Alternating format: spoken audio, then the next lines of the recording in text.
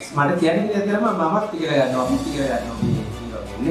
very nice. So we are not expecting that one from you actually.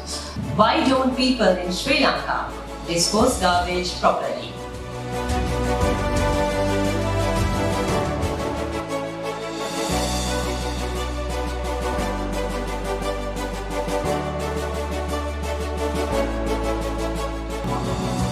කුණුපසල කියන්නේ වර්තමානයේදී මානවයා මුහුණ පාන අති දැවැන්ත ගැටලුවක්. මේ ගැටලුවට විසඳුම් හොයන එක අත්‍යවශ්‍යයි. So that's why I decided to research on the topic why don't people of Sri Lanka dispose garbage properly and to find solutions. So here are my results. First of all, I found out that children are actually more focused on their health and cleanliness than adults. I asked them whether they help their parents in disposing of garbage. I'm surprised to find out that 75% of my participants do help their parents in disposing garbage.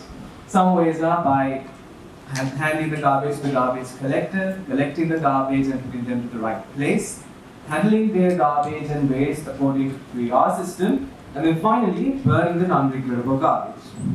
The reason for the other 21% of children to say no, they don't help their parents in disposing garbage is mainly because their parents haven't asked them or advised them to, or they don't care because they have maids, cleaners and servants who do it for them. Now when it comes to adults, I found two major reasons for adults to be careless when it comes to garbage disposal. The main one is not having enough time due to busy work schedules. The second one is not having enough space due to urbanization. I found out that most adults do care about the environment and do agree with the fact that we should dispose garbage properly, but they're left with no choice because of those two reasons. So when I asked those adults whether they follow the 3R system, I found out that most of them, there was an equal amount of answers, some saying yes and some saying no. So some major ways that adults use the 3R system are making this decomposed pitch to create fertilizer, then using different types of waste materials to create ornaments and pots, recycling, using leftover cans, containers and bottles to store food, spices and different other storage items, and then finally by reusing shopping bags. I was able to find out that the most used method from the 3R system is reuse, with 50% of my participants using it.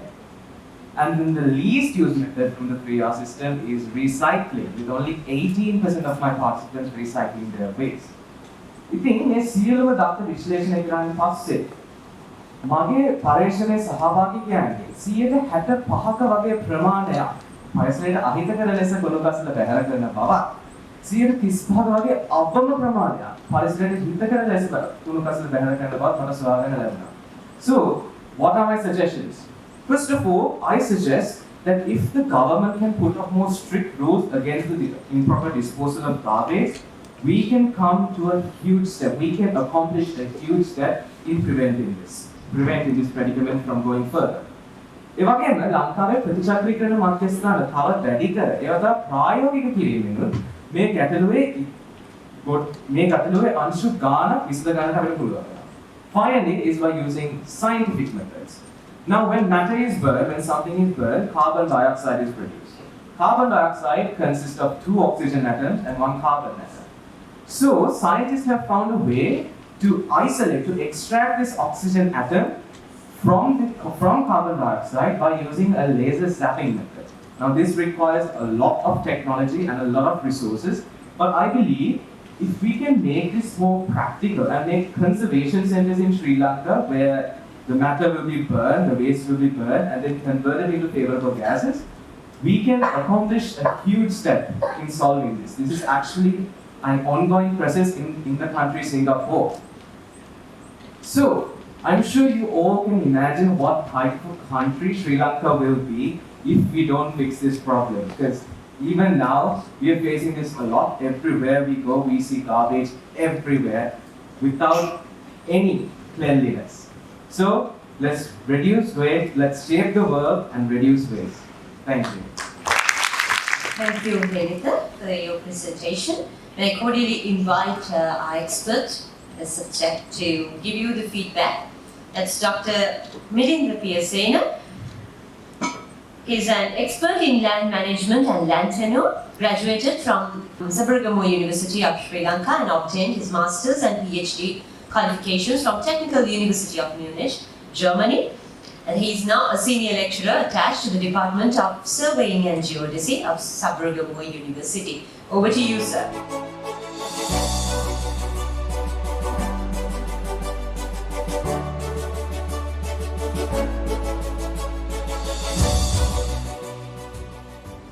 Thank you very much. Good evening to everybody. Helitha, good evening. How are you? I'm very good, sir. Okay. I have closely followed our scholars' comments also to the your colleagues as well. මට කියන්නේ ඇත්තටම මමත් ඉගෙන ගන්නවා අපිත් ඉගෙන ගන්නවා මේ වගේනේ. It's very nice, right? So thank you very much for Nalaka arranging this kind of events with us. I mean, it's very helpful for us also to grab something new. So Helitha, I think I just want to ask you a question. How do you feel after you complete your research? Well, I feel a lot happy because I was trying to quit this in the beginning, but I feel a lot accomplished. I feel accomplished after finishing my research. Yeah, that's exactly what I mean. So what we are trying to do is actually, okay, this is your first research, right? We can't expect you are like a very prominent researcher. So we are not expecting that one from you also. But then of course, if you try to move to the path, researching path, it's a fun as Dr. Janak, I think, from the Faculty of Engineering, University, yeah. So as he has correctly mentioned, this is a fun game, right? But unfortunately, we have created this one to an unnecessary burden for the students, right? So its whole thing is a fun thing, right? So researching is not a very, very strange thing to us. I mean, it's a very, very practical things. We always, today we are doing the research. Otherwise, if we don't do the research, how can we learn? It's a learning process, right? So I think I'm congratulations that you are selecting this topic, and it's a very nice one, and it's very attractive for me also. When Nalaka gave me the topic, I went through it, and it's very, very time. We all know by 2050, 2/3 of populations will be living in the urban spaces, and as a result of that, most of them are living in poor house conditions. And if the garbage is not dumping well, we will be in a serious problem, right? So I think you would, if you continue this research in the future, it would be a huge opportunity for you to get a good. Your prospect would be very nice, I think. So, but I just want to highlight some of the things just to make sure that you will be doing your works in the future works in the correct path. So I think if you have heard the other experts, also you might grab something from them as well. So basically, I think you have defined the problem very nicely. That's what I want to tell you, because you have write down compound to compound what is the proper.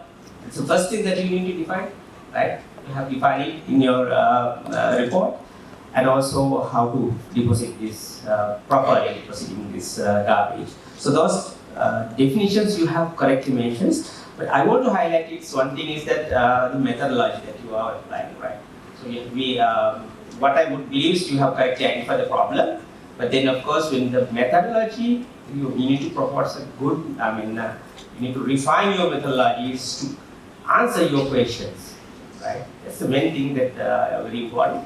You tried it, but then when you are doing in your next stage, it would be important to somewhat improve that part, right? How to, so finally, if you have a correct methodology, then you will later on get the correct answers and the conclusions, right? If your methodology is somewhat vague here and there, the conclusions would be doubtful.